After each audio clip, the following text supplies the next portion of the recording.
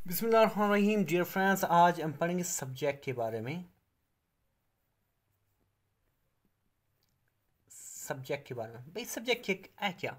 Subject एक या noun है या प्रोनाउन है जो जुमले में काम करने वाले के तौर पर इस्तेमाल किया जाता है, उसको हम सब्जेक्ट कहते हैं। एक या नाउन हो जाए या प्रोनाउन हो जाए, जो जुमले में एज अ काम करने वाला ओ, तो हम उसको क्या कहेंगे? सब्जेक्ट कहेंगे। यानी कि doer of an action in the sentence is called subject. Got it? या वो नाउन होगा या प्रोनाउन होगा। अगर अभी भी आपके समझ में नहीं आया, चलो हम इसका एक एग्जांपल देख लेंगे।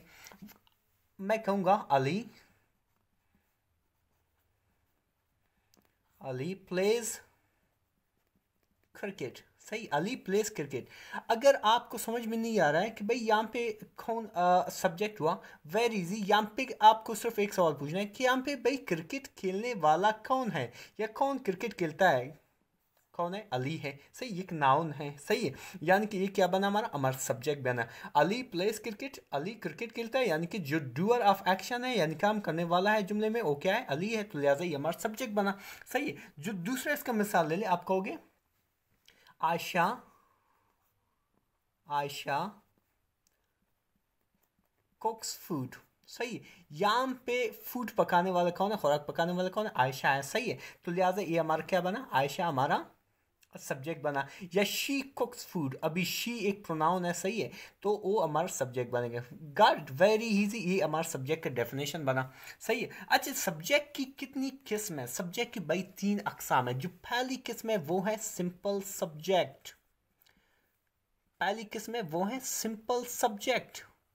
भाई सिंपल सब्जेक्ट क्या है? जब एक नाउन या एक प्रोनाउन, एक दो नहीं, एक नाउन या प्रोनाउन एज अ सब्जेक्ट जुमले में काम करे, उसको हम क्या कहेंगे? सिंपल। उसको हम क्या सिंपल सब्जेक्ट में लाएंगे। फॉर एग्जांपल मैं कहूंगा you you go to school. आप स्कूल जाते हो। सही है। यहाँ पे सिर्फ एक प्रोनाउन है, तो लिहाजा या एक नाउन बने या एक प्रोनाउन आ जाए, तो हम उसको क्या कहेंगे?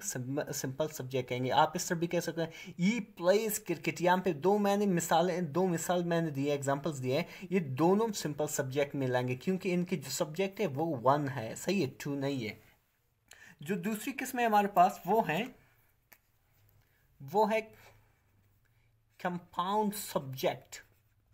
वो है कंपाउंड सब्जेक्ट।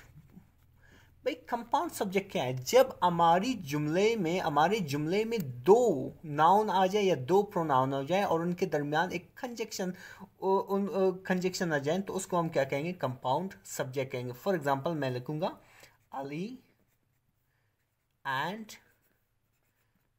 हैमद play cricket. सही है। यहाँ पे हमारा दो नाउन हमारे सब्जेक्ट बने हैं, अली एंड अहमद। इस वजह से हमारा कंपाउंड, यानी कंपाउंड सब्जेक्ट में क्या होता है? दो या दो से ज्यादा नाउन आए या प्रोनाउन आए और काम करे एज अ सब्जेक्ट, उसको हम क्या कहेंगे? Compound subject. Got it? जो तीसरी किस्म है वो है सॉरी जो तीसरी किस्म है वो है कम्प्लेक्स सब्जेक्ट। Complex subject. सही है। मैं एक मिसाल दूंगा, उसके बाद आपको समझेगा। मैं कहूंगा the dog which the dog which was barking